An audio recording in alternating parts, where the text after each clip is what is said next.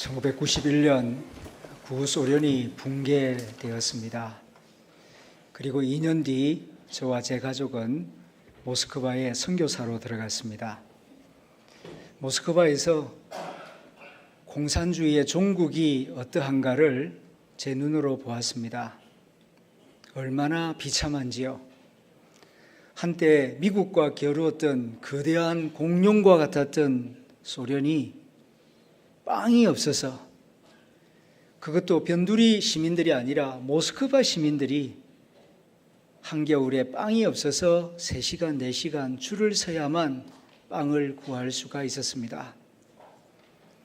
미사일과 핵무기는 엄청나게 만들어 두었는데 빵이 없어서, 우유가 없어서 영하 30도가 넘는 모스크바 거리에 줄을 서야만 아침에 빵 한 덩이와 우유 한 병을 살 수가 있었습니다. 한 번은 택시를 탔는데 젊은 사람이에요. 이 얘기를 해보니까 육군사관학교 4학년 생도였는데 몇 달만 더 공부하면 졸업하고 소위가 되는데 택시를 운전하고 있어요. 어찌된 일인가 물어보니까 졸업하면 뭐합니까? 나라가 망했는데, 그리고 누굴 위해서, 뭘 위해서 충성해야 한단 말입니까? 더 이상 학교를 다니면서 그렇게 참고 인내하며 훈련받아야 할 이유를 모르겠다는 것입니다. 그래서 관뒀습니다. 일찌감치 돈이나 버는 것이 좋겠다고 생각해서. 충성의 대상을 잃어버리고 나니까 나라 전체가 혼란에 빠졌습니다. 그래서 러시아 국방부는 그 당시 300만 명의 군인을 가지고 있던 이 소련 군대 안에 군종 제도를 만들어야 새로운 충성의 대상을 정립할 수 있겠기에 긴급하게 한국 군목협의회에 요청을 해서 젊은 군목을 보내달라고 하였던 것입니다. 그래서 제가 발탁이 되었고 93년 11월 14일 모스크바에 들어가게 되었던 것입니다. 저는 거기서 분명한 것을 깨닫습니다. 참된 충성의 대상을 가지는 것이 가치 있고 보람된 인생을 살기 위해서 얼마나 중요한가. 한때 러시아 국민들은 공산주의 이데올로기야말로 온 세상을 평등하게 행복하게 만들 것이라고 굳게 믿었습니다. 그런데 70년이 지나면서 이 공산주의가 얼마나 허망한 것인가. 모두를 다 평등하게 해주기는 하는데 모두를 다 평등하게 깡통차게 만들어준다는 것을, 이것이 얼마나 허망한 이데올로기인가를 뒤늦게 깨닫고 한평생 공산주의를 위해서 헌신한 수많은 노인들이 알코올로 밤을 지새우며 지나간 자신의 청춘에 대해서 푸념을 하고 불평을 하고 한숨 짓는 그런 모스크바 시민들을 수도 없이 많이 보았습니다. 독일 신학자 폴 틸리히가 그런 말을 남겼습니다. 참으로 의미 있고 가치 있는 삶을 살기를 원한다면 그걸 위해서라면 살 수 있고 그걸 위해서라면 죽을 수도 있는 그것을 반드시 가져야 한다고. 그것이 무엇입니까? 절대 충성의 대상을 의미합니다. 내 생명을 바쳐서 온 충성을 다 바쳐도 아깝지 않다고 하는 참된 충성의 대상을 가질 때에 그 삶이 의미가 있고 보람되고 가치가 있는 것입니다. 우리는 하나님을 예배하고 하나님을 섬기고 하나님께 충성을 바치는 그리스도인들입니다. 하나님은 영원하신 분이시요 진실하신 분이시요 전능하신 하나님이십니다. 이 하나님께 예배하고 이 하나님께 경배를 드리고 이 하나님의 말씀을 붙잡고 살아간다는 것은 결코 후회함이 없는 복된 인생인 줄로 믿습니다. 이 하나님을 굳게 붙잡으시고 죽는 그날까지 하나님께 마음과 충성을 드리는 저와 여러분들이 될 수 있기를 기원합니다. 오늘 마태복음 25장 말씀을 읽었습니다. 달란트 비유입니다. 예수님이 직접 이 비유의 말씀을 들려주셨는데 이 비유를 들려주신 이유와 목적이 있습니다. 그것은 하나님을 위하여, 하나님 나라를 위하여 어떤 마음가짐으로 충성을 다해야 하는가, 이것을 깨닫게 하기 위하여서 이 비유의 말씀을 들려주셨습니다. 줄거리는 이와 같습니다. 어떤 큰 부자가 먼 나라로 여행을 떠나기 전에 사랑하는 세 종을 불러다가 자기 재산을 맡깁니다. 각각 그 재능에 따라서 5개, 2개, 1개의 금달란트를 맡기고 떠납니다. 5개, 2개 받았던 사람은 밖에 나가서 열심히 장사를 해서 5개, 2개를 더 남깁니다. 그런데 1개를 받은 사람은 어찌된 영문인지 땅이 그대로 묻어두었다가 주인이 돌아왔을 때에 1개만 내어놓습니다. 그럴 때에 1개 내놓은 그 사람은 크게 꾸지람을 받습니다. 자, 이런 줄거리가 예수님이 들려주신 달란트 비유입니다. 여기서 오늘 우리는 2가지 질문에 집중을 하려고 합니다. 첫 번째로는 금 5개를 더 남긴 사람, 금 2개를 더 남긴 사람에게 주인이 주신 칭찬의 내용입니다. 오늘 본문 21절을 보면은 5개를 더 남긴 종에게 주인이 하는 말입니다. 그 주인이 이르되 잘하였도다 착하고 충성된 종아, 내가 적은 일에 충성하였음에 내가 많은 것을 내게 맡기리니 내 주인의 즐거움에 참여할지어다 하고, 그 다음 2개를 더 남긴 종에게 칭찬하는 말인데 23절 말씀입니다. 그 주인이 이르되 잘하였도다 착하고 충성된 종아, 내가 적은 일에 충성하였음에 내가 많은 것을 내게 맡기리니 내 주인의 즐거움에 참여할지어다 하고, 비교해 보면은 똑같습니다. 글자 하나 다르지 않고 5개를 더 남겼든지 2개를 더 남겼든지 주인은 똑같은 말로 칭찬하고 있습니다. 이 사실이 우리에게 교훈하는 바가 있습니다. 주인은 많고 적음은 관심이 없다는 것입니다.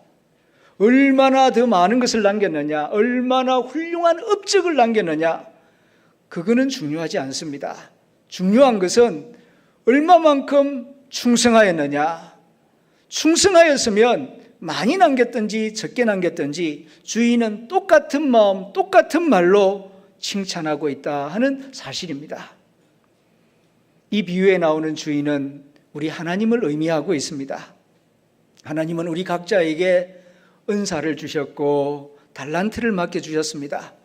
그것이 내 재능일 수도 있고 건강일 수도 있고 또한 지식이 될 수도 있고 직장이 될 수도 있습니다. 그 모든 것 다 처음부터 내 것이 아닙니다. 하나님이 맡겨주신 것입니다. 맡겨주시되 영원히 맡겨주신 것이 아니고 일정 기간 동안, 그것이 30년이든 아니면은 90년이든 그 시간 동안 우리에게 맡겨주셨고 때가 되면은 결산이 있습니다. 그때에 내가 내 인생을 어떻게 살았느냐, 최선을 다하였느냐, 충성을 다하였느냐, 그것을 보기를 원하신다 하는 사실을 이 성경이 가르쳐주고 있습니다. 어떤 사람은 올라간 높이를 자랑하는 사람도 있겠지만 어떤 사람은 올라온 높이를 자랑할 수밖에 없는 사람도 있습니다. 출발점이 같지 않습니다. 부모님이 다르고 신체 조건이 다르고 또한 가진 소유가 다릅니다. 어떤 형편, 어떤 처지든 있는 거기서부터 최선을 다하는 것입니다. 남과 비교할 것 없습니다. 많이 받았으면 충성하여 많이 남겨야 할 것이고 적게 받았으면 충성하여 적게 남기면 됩니다.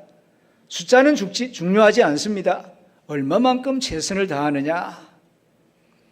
주인이 5개 더 남긴 사람, 2개 더 남긴 사람은 칭찬하는 말을 가만히 보면 그 가운데에 네가 적은 일에 충성하였음에 라고 말하고 있어요.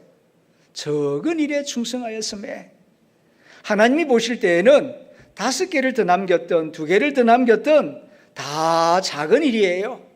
그도 그럴 것이 천지 만물을 창조하고 우주 만물을 운영하시는 하나님 앞에 뭐 그리 대단하고 위대한 일이 있겠습니까?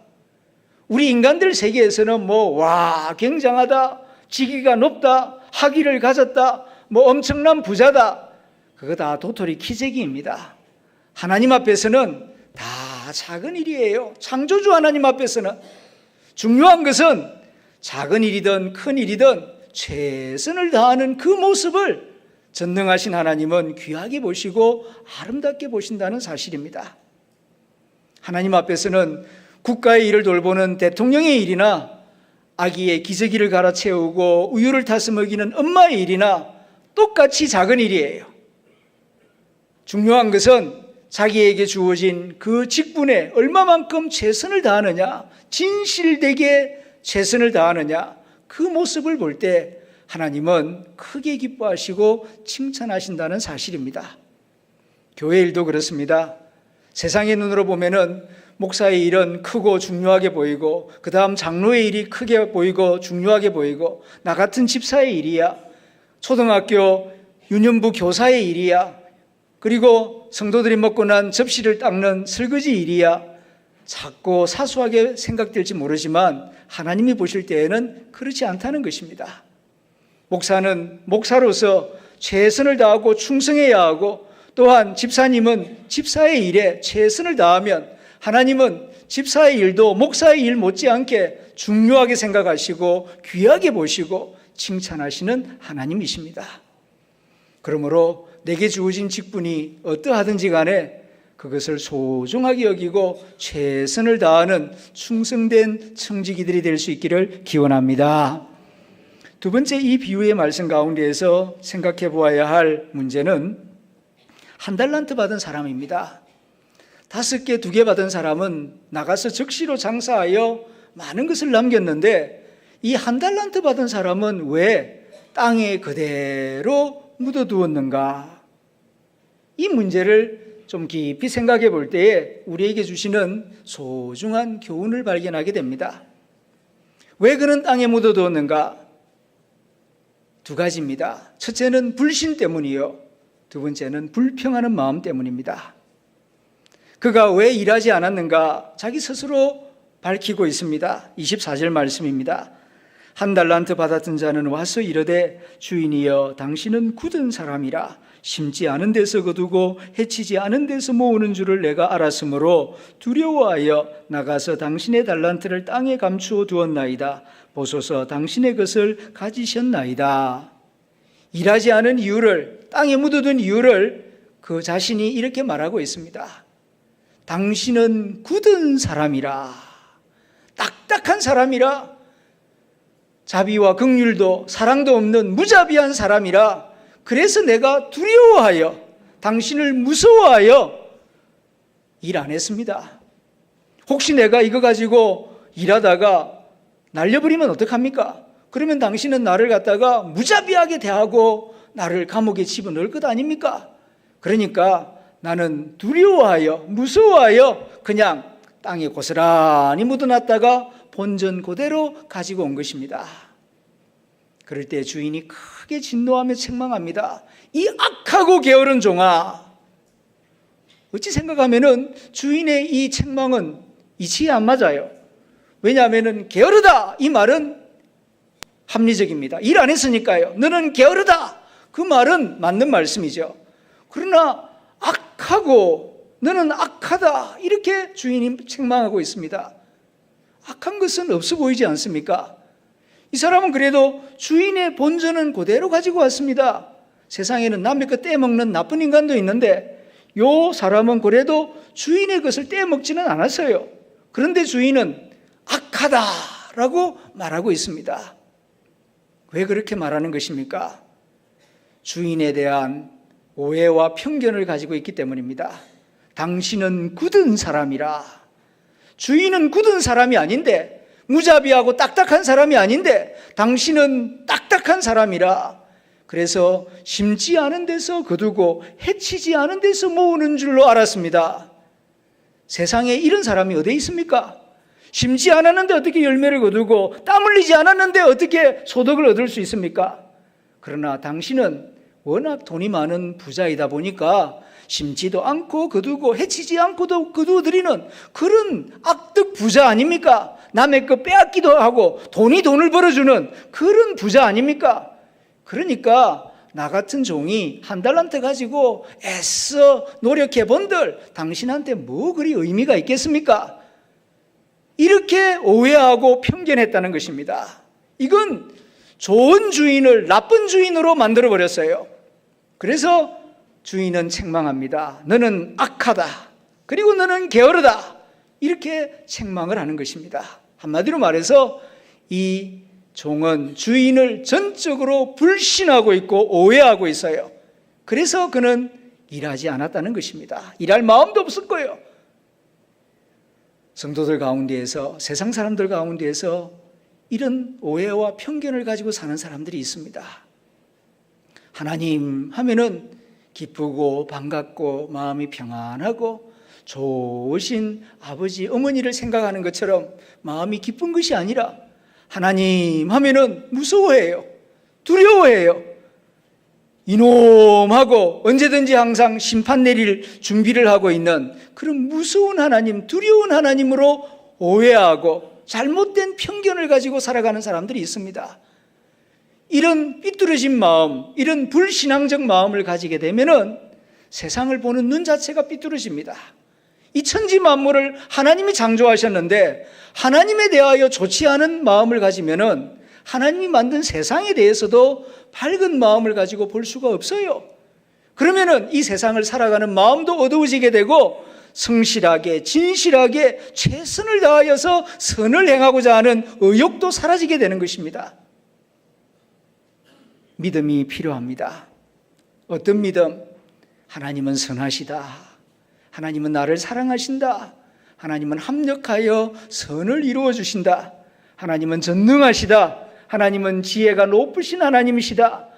이런 성경의 가르침을 나의 고백으로 삼고 이 고백 위에, 이 믿음 위에 서야 누가 보나 안 보나 진실하게, 성실하게 살아가는 충성된 사람이 될 것입니다.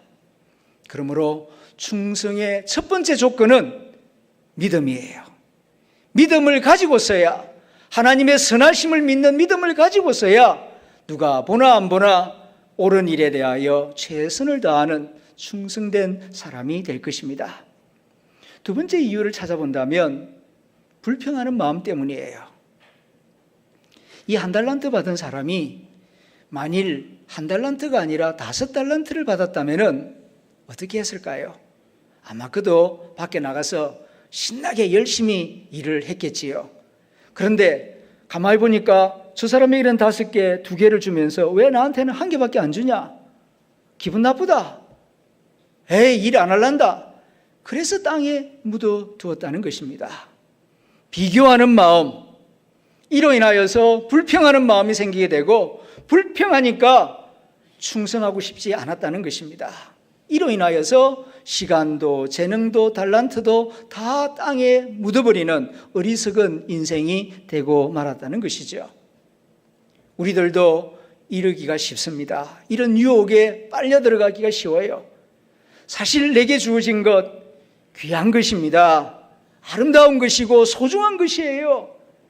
그런데 남과 비교하는 바람에 감사한 마음을 잃어버리고 쓸데없이 불평하면서 시간과 기회를 날려버리는 안타까운 인생들이 있습니다. 북한 선교하시는 분들 이야기 들어보면은 참 신기한 것이 북한 사람들은 가난해도 가난한 줄을 모르고 비참해도 자신이 비참한 줄을 모르고 남쪽에 와서 보니까 남한 사람들은 부유하고 행복해도 본인이 얼마만큼 부유하고 행복하게 사는 줄을 모르더라. 그러면서 남과 비교를 해요. 특별히 요즘은 이 영상 매체가 많이 발달해가지고 텔레비전을 많이 보면 볼수록 비교 심리에 쉽게 빠져들어갑니다. 텔레비전에 나오는 사람들은 일반 사람들이 아니잖아요. 그런데 그걸 들여다보고 있으면은 나 자신을 보면은 상대화되고 비교되면서 우리 집은 왜 이러나? 나는 왜 이렇게 못생겼나? 쓸데없는 생각을 합니다. 그래서 쓸데없이 불평하고 마음이 우울해지고 이거 참 안타까운 노릇입니다. 비교하는 마음, 그래서 불평하는 마음을 가지게 되면은 이와 같이 충성의 기회를 스스로 날려버리게 된다는 것이죠. 1달란트, 5달란트에 비하면 물론 적은 것입니다. 그러나 결코 이거 적은 거 아니에요.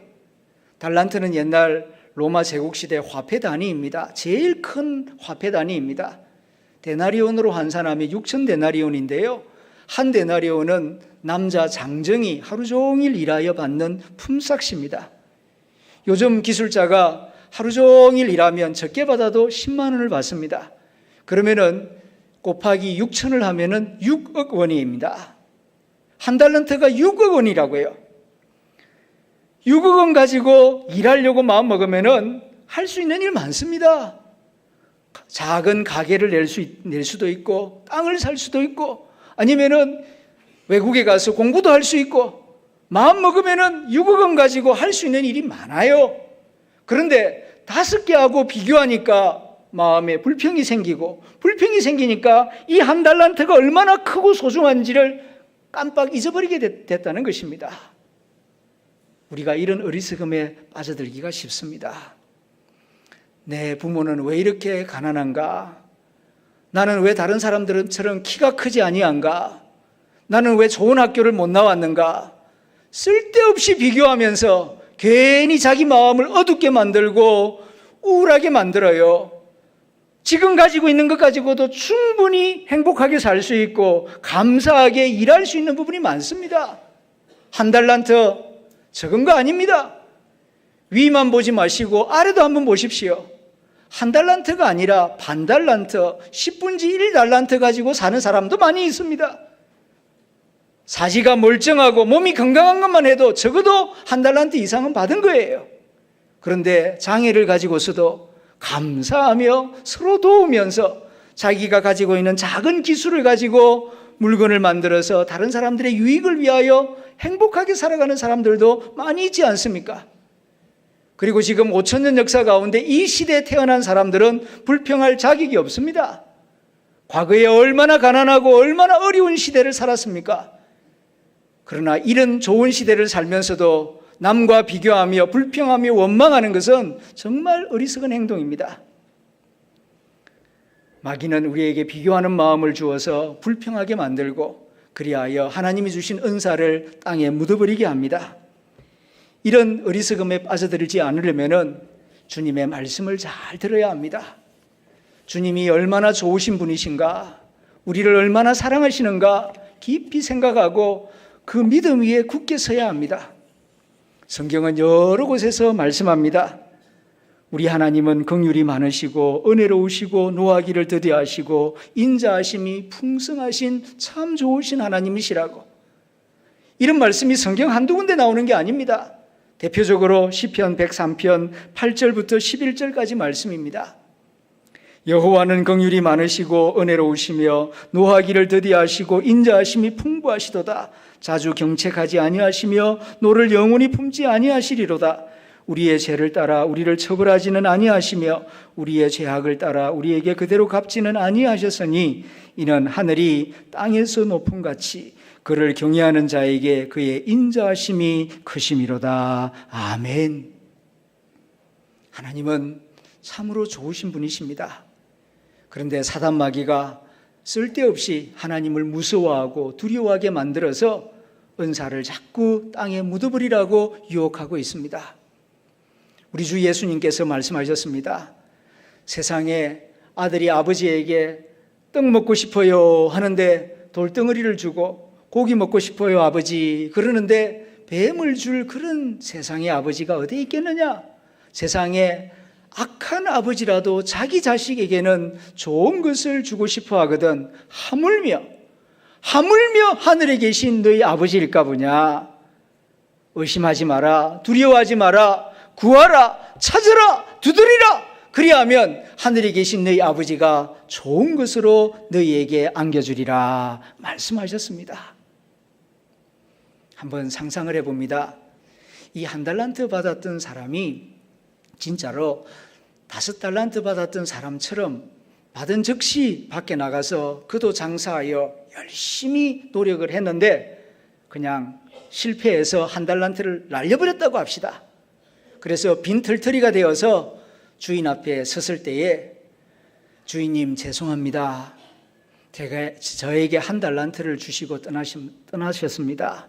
그런데 제가 그거 가지고 한번 열심히 해보려고 했는데 제가 지혜가 모자라서 그냥 다 날려버렸습니다. 빈손으로 왔습니다. 죄송합니다. 용서해 주세요. 이렇게 말했다고 합시다. 그러면은 주인이 뭐라 그랬을까요? 이 어리석은 놈아, 이 멍텅구리 같은 놈아, 그러면서 비난하고 책망하고 그를 감옥에 집어넣었겠습니까? 저는 그렇게 생각이 되지 않습니다. 주인은 아마 빙그레 웃으면서 그의 어깨를 다독거려주면서 틀림없이 이렇게 말했을 것 같아요. Try again. 한 번 더 해봐. 그러면서 이번에는 1달란트가 아니라 2배로 2달란트를 주면서 한 번 더 시도해보라고 그렇게 권하였을 것 같습니다. 왜 그렇습니까?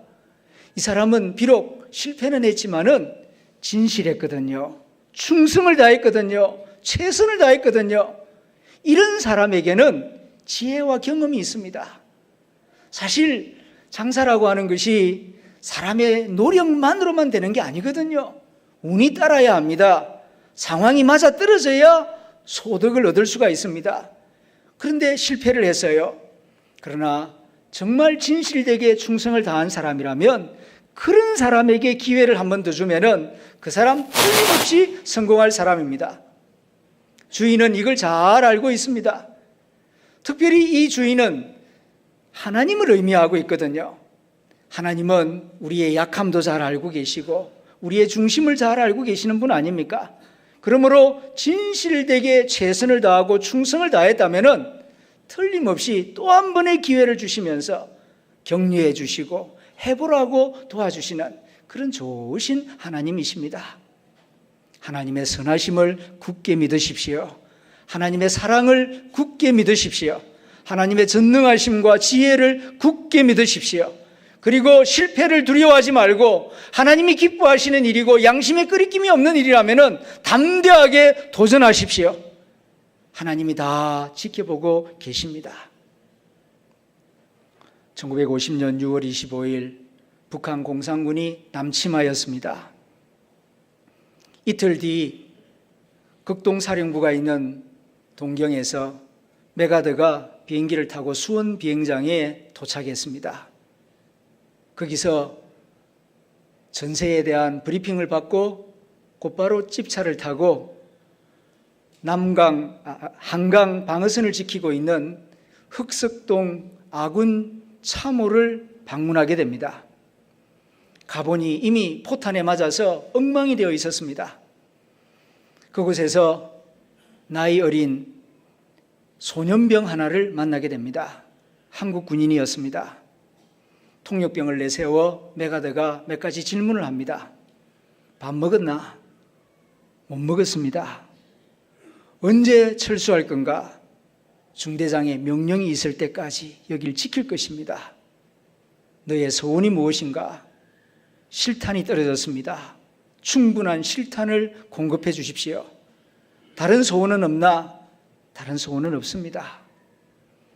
노련한 장군 메가더는 이 세 마디 말을 듣고 5만 명의 유엔 군대를 파견해 달라는 요청을 트루먼 대통령에게 보냅니다.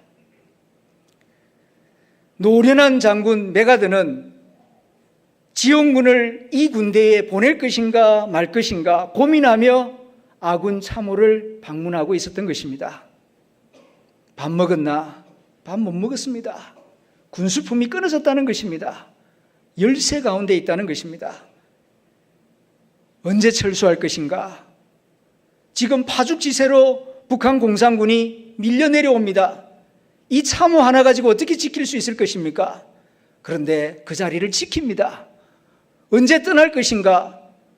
중대장의 명령이 있어야 난 떠나지. 그때까지는 이 자리를 지킬 것입니다. 너의 소원이 무엇인가? 실탄을 지급해 주십시오.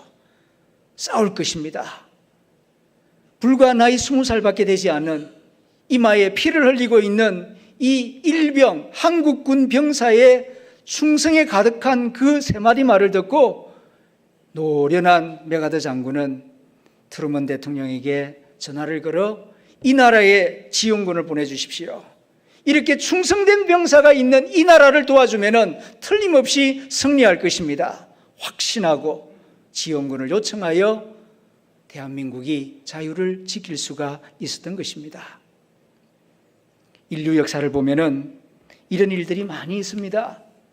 큰 기적과 역사는 작은 충성에서 시작되는 것입니다. 오병이어의 역사도 어린 소년이 자기가 먹으려고 가져온 작은 도시락을 주님 앞에 내어놓는 그 헌신을 통하여서 5천 명을 먹이는 엄청난 기적이 나타난 것처럼 우리의 작은 충성을 통하여서 하나님 나라는 이 땅에 확장되어 나갈 것입니다. 일개 병사의 충성심을 보고 감동한 오성 장군이 5만 명의 연합군을 지원하기로 결단하였다면 하늘에 계신 전능하신 하나님이 우리가 진심으로 충성하는 것을 보시면은 왜 아니 은혜를 베푸시고 왜 아니 기적을 베푸시고 왜 아니 도와주시겠습니까? 중요한 것은 업적이 아니라 내가 얼마만큼 진실된 마음으로 내게 맡겨주신 일에 최선을 다하며 하나님께 충성을 바치느냐, 여기에 따라서 큰 은혜와 기적의 역사가 나타나게 될 것입니다. 6월 호국의 달입니다. 나라를 위하여서 목숨을 바친 호국 병사들을 생각하면서 우리는 하나님께 충성을 다 바치는 그런 좋은 그리스도인이 되어야 할 줄로 믿습니다. 기도하겠습니다.